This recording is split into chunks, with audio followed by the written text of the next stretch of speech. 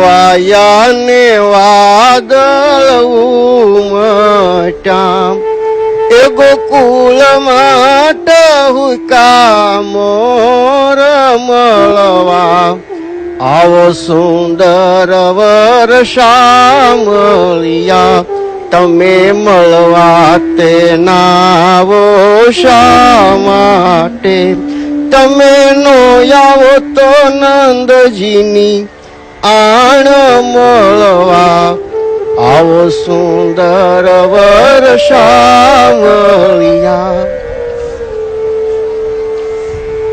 દ્વારિકાધીશના મંદિરમાંથી ભગવાન શ્રી કૃષ્ણના જન્મોત્સવમાં આપ સૌને વધાય હો. રાત્રે 12 વાગે શ્રાવણ કૃષ્ણ અષ્ટમીની મધરાતે ભગવાન યોગેશ્વર શ્રી કૃષ્ણનો જન્મ થવાનો છે. આ દ્વારકાધીશ રણછોડરાયે અહીંયા જ નરસિંહ મહેતાને રાસલીલાના દર્શન કરાવેલા.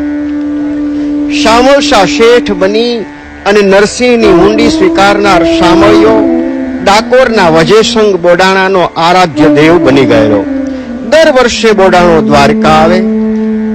હાથમાં વાવેલા તુલસીના માંજર રણછોડરાયજીને ચડાવે. 80 વર્ષ સુધી આ નિયમ સાચવો, પણ કાયા કથળી. કહેવાય છે કે સપનામાં આવીને પ્રભુએ ડાકોર લઈ જવા આજ્ઞા આપી. ભક્તિને વશ બોડાણો રાતના અંધારામાં ઠાકોરજીને લઈને ડાકોર જવા ગાડામાં બેસી ગયો અને શ્રી હરિએ વેલ હંકારી છે. પ્રભુની ઈચ્છા ડાકોરમાં રહેવાની હશે ને એટલે ભગવાન ગંગાબાઈની વાળીના વજન જેટલા થયા. અત્યારે આપણે જોઈ રહ્યા છીએ કે ડાકોરમાં પણ આવો જ ઉત્સવ ઉજવાઈ રહ્યો છે. દ્વારિકાના રાજા રણછોડ અને ડાકોરના ઠાકોર શામળાની ધૂન મચી છે. એવી જ ભારતભરના કૃષ્ણ મંદિરોમાં ધૂન મચી છે,